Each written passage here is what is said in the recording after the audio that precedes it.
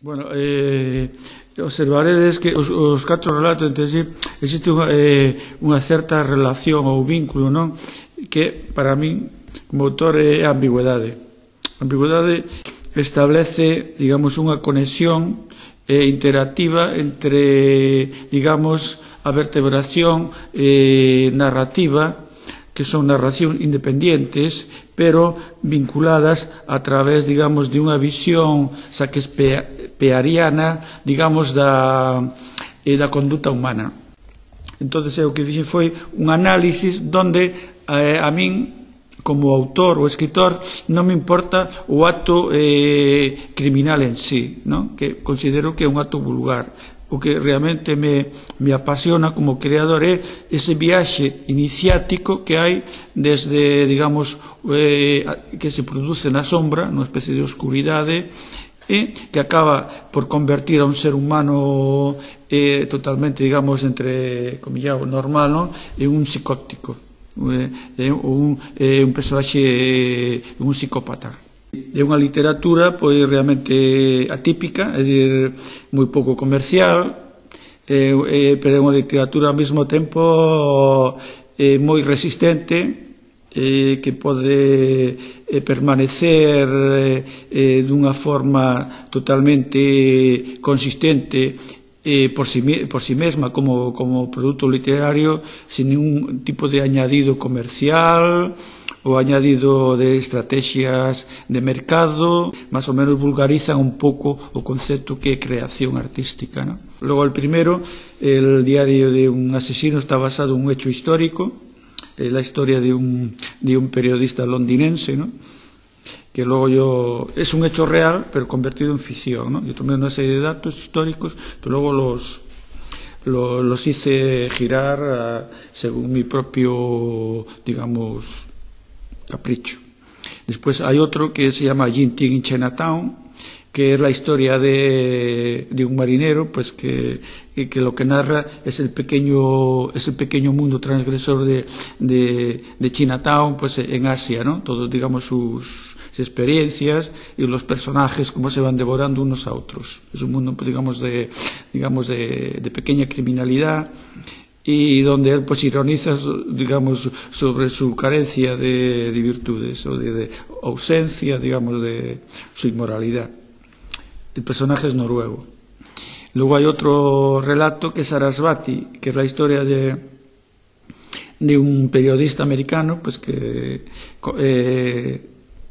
comete, digamos, un delito en sí, pero el delito en sí, él, que ese relato es muy ambiguo. Entonces ese relato realmente es interesantísimo porque él hace el mal, comete un acto, es decir, que rapta a una mujer, ¿no? Una mujer que es muy famosa, que es un mito erótico, es una actriz, y él la rapta y la lleva pues al desierto, pero al final, digamos, del relato, ella le explica a otro periodista, a un periodista francés, digamos, su experiencia vital, ¿no? Digo, su relación. Y ella le descubre a través de la relación que tuvo, digamos, con Lingan, que fue el que la raptó, que él fue realmente quien la liberó, porque ella era una esclava, era, digamos, una persona, una diva que estaba esclavizada por un sistema, digamos, que era el sistema mediático, ¿no? Que la oprimía y nunca le había permitido evolucionar como ser humano. Y gracias a ese cautiverio, a ese hecho, digamos, delictivo, entonces ella se transforma en un ser humano y ella lo valora y sabe. Entonces, claro, ahí realmente es un relato muy perverso, porque permite, y decir, donde muchas veces para alcanzar, para hacer el bien, tú tienes que viajar a través del mal. Entonces, digamos, el malo de la película es el bueno. No sé si me habéis entendido. Es la ambigüedad, ¿no? Es la ambigüedad. Es un relato, es el más ambiguo de todos, claro, eso es pura filosofía. Es decir, que muchas veces el mal no es tan mal, ¿no? O es necesario ejercerlo hasta cierto nivel para poder descubrir el bien, ¿no? Y ella, claro, entonces ella escandaliza, digamos, a a la clase, a los teólogos, ¿no? Sobre todo básicamente porque ella reivindica, digamos, el acto en sí, que es un acto transgresor, ¿no? Y ella defiende al transgresor, se pone de parte de él, ¿eh? Claro, es muy interesante ese relato. Se llama Sarasvati. De hecho, los nombres Lingam tiene un significado, Sarasvati otro en sánscrito. Y por último, es la historia de un criminalista muy famoso, ¿no? Donde él acaba destruyendo a una persona, ¿no? Él investiga un caso, se desarrolla como toda una especie de sueños concéntricos y acaba destruyendo a una persona por puro, digamos, pasión del intelecto, es decir, lo hace como una especie de hobby, ¿no? Como partida de ajedrez, sin ningún tipo, digamos, de prejuicio moral o ético, donde, claro, es una persona brillantísima, es uno de los grandes, digamos, detectives de Oriente y Occidente, ¿no? Que es Chuang-Tzu y el sueño de la mariposa, que es el último de los relatos, donde él destruye a una persona que hipotéticamente había cometido un crimen, pero que había soñado que había cometido un crimen. O que fixen foi analizar de unha forma máis meticulosa, digamos, a propia psicoloxía do criminal, ¿no? É dicir, que prestelle máis importancia, digamos, aos propios valores, digamos, do criminal en sí antes de cometer o crime. É un viaxe onde o crimen en sí é un acto vulgar. Eu non explico os crimes, porque eso é género negro, non? Eso é outro tipo de literatura. Pero a mí o que realmente me apasiona é a viaxe hacia a transgresión, que é un viaxe que se produce sempre na oscuridade, que é a desintegración espiritual de un ser humano. Eso realmente é apasionante. Ese foi digamos, o objetivo deste libro. Poste un pouco do lado de que non se fai eso normalmente. No, claro, normalmente... Claro, o criminal, normalmente pues estamos acostumbrados ás películas, o telefilm, o cine, donde está todo moi... Hai unha línea de sombra onde define perfectamente o que ven, o mal, os bons, os malos, el bien triunfa sobre el mal, ¿no? Cando, na realidad, o blanco e o negro na vida común casi non existe, é todo gris. Este é un libro onde os personaxes son casi todos grises. Non son ni bons ni malos, son grises, como a vida misma.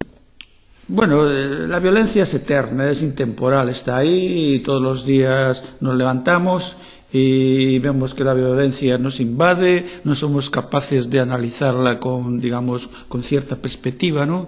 Y bueno, y muchas veces los análisis que se hacen sobre el entorno en el que nos movemos a diario como ciudadanos están muy matizados por una realidad que nos desborda. Entonces, muchos de los análisis, desde mi perspectiva, son incorrectos, porque en análisis que están basados muchos en conceptos que arrancan, digamos, de manuales de psicología. La psicología está en constante evolución y la psicología, la psicología contemporánea, en la que está basada, digamos, el derecho, distorsiona mucho, digamos, o el enfoque que le da no es la mayor parte de las veces no es ni el correcto, desde el punto de vista, digamos, social, ni es más adecuado desde el punto de vista, digamos, antropológico. Y el libro, pues, tiene sus errores, sus carencias, pero es un libro, el anterior, y de hecho todo el mundo lo está reconociendo. Es un libro transparente, honesto, y es difícil. Este libro no es tan difícil como el anterior, ¿no? Además, se lee con más facilidad. Y bueno, entonces yo creo que eso lo quiero reivindicar desde aquí, aprovechando que estoy delante de una cámara, que el Grove, a pesar de ser un sitio periférico, aislado, un pueblecito pequeño, se está convirtiendo, digamos, en el epicentro de la catarsis o la renovación cultural de la literatura gallega. La literatura gallega necesita, digamos, una gran pasada en todos los aspectos, ¿no? sobre todo una enorme reflexión. Y yo lo que quiero decirles a los creadores jóvenes que no se dejen dominar por los editores y que jamás escriba un libro al dictado pensando en el número de ejemplares que van a vender o en el premio que le toca por turno. Que jamás hagan. Eso es una trampa que los va a conducir en 10 o 15 años, digamos, a la sequía creadora y a la apatía psicológica.